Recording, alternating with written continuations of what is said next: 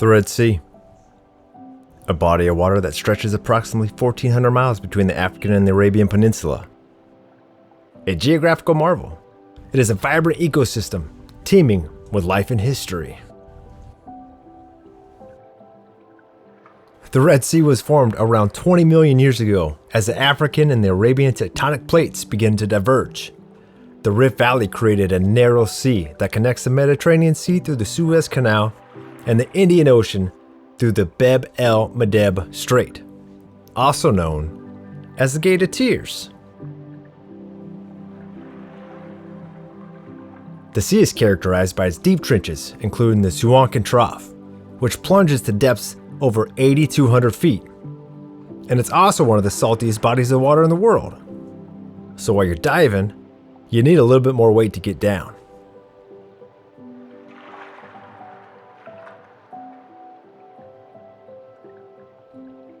The water temperature on average is 86 degrees, so you don't have to worry about being in a wetsuit, or a dry suit for that matter. Most of the time you're just in tank tops, t-shirts, shorts. I'd even be diving in flip-flops if I could. And for all you history buffs, the Red Sea is one of the first large bodies of water ever to be mentioned in recorded history. So that's pretty cool.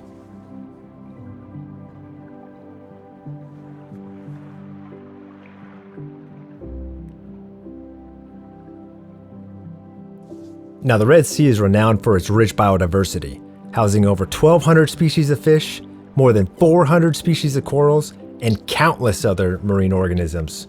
In fact, around 20% of the fish found here are not found anywhere else in the world.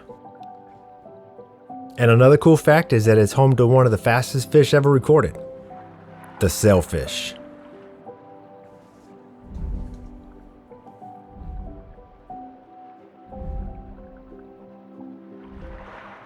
The warm saline waters create a unique habitat that supports diverse ecosystems, including coral reefs, mangroves, and seagrass beds, all of which play an important ecological role in supporting marine life and the symbiotic relationship that exists within them, such as the relationship with this clownfish and this anemone.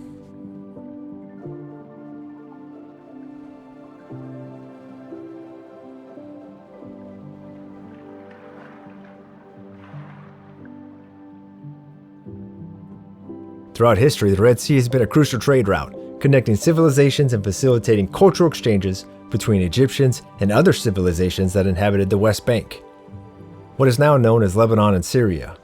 But throughout history, that West Bank has been conquered by the Persians, Alexander the Great, and the Romans, just to name a few.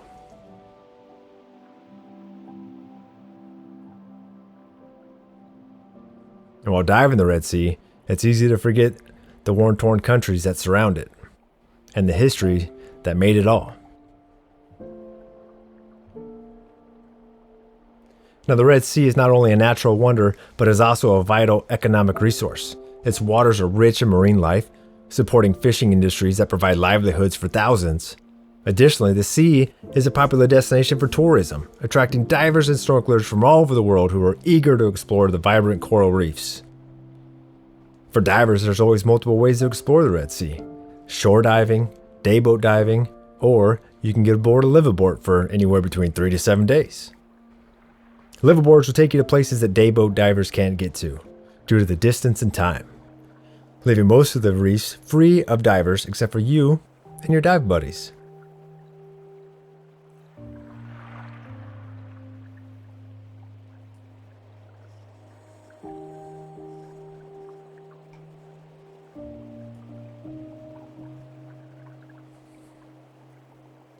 But despite its beauty and importance, the Red Sea faces numerous environmental challenges. Climate change, overfishing, pollution, coastal development, all threaten the fragile ecosystem.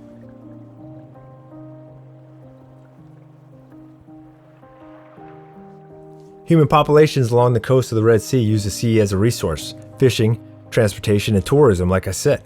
But often it's overexploited and misused, resulting in a compromise to the coral reefs that lowers their resistance to global disturbances. And once enough damage is done, it'd be nearly impossible to reverse. And the Red Sea as we know it will forever change.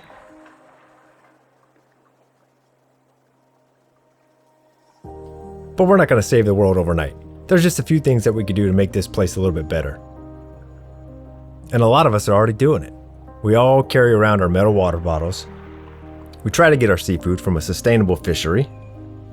We are creating more and more marine sanctuaries.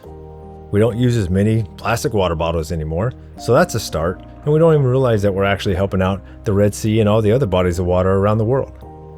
The less plastic that we use, the less plastic that ends up in the ocean, and the less that we rely on the overharvesting of fish, the better off our oceans and our seas are going to be. But nobody really understands that better than scuba divers, because we know what's below the water surface. We go out and we see it every time that we put on our dive gear and we get under the waves. We see what lives down there. We see the coral, we see the fish, we see the life, we see the biodiversity. So we know, and it's our job to tell the world about it.